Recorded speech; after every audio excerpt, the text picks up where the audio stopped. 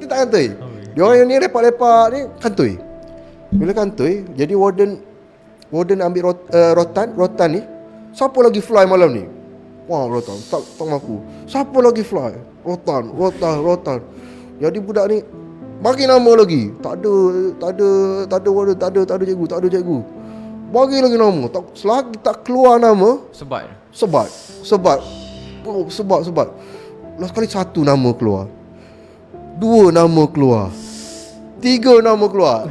Last sekali nama saya keluar juga. Allah kata, aku dah settle, sebab masa saya turun selisih dengan dia. Okay. Dia tahulah saya fly malam tu. Tapi kita dah settle dah, kita kantoi dah. Jadi yang berlari lepas dia pergi, masa warden pergi ambush tu, ramai yang belah. Dia je kena tangkap. Jadi warden nak nama-nama yang belah tu. Tapi dia sebab dia tak tahan, kena siapa lagi yang dia selisih, yang ternampak apa tadi, yang flash malam tu, semua keluar nama. Aduh. Sudah ya. Keluar surat daripada sekolah, gantung sekolah.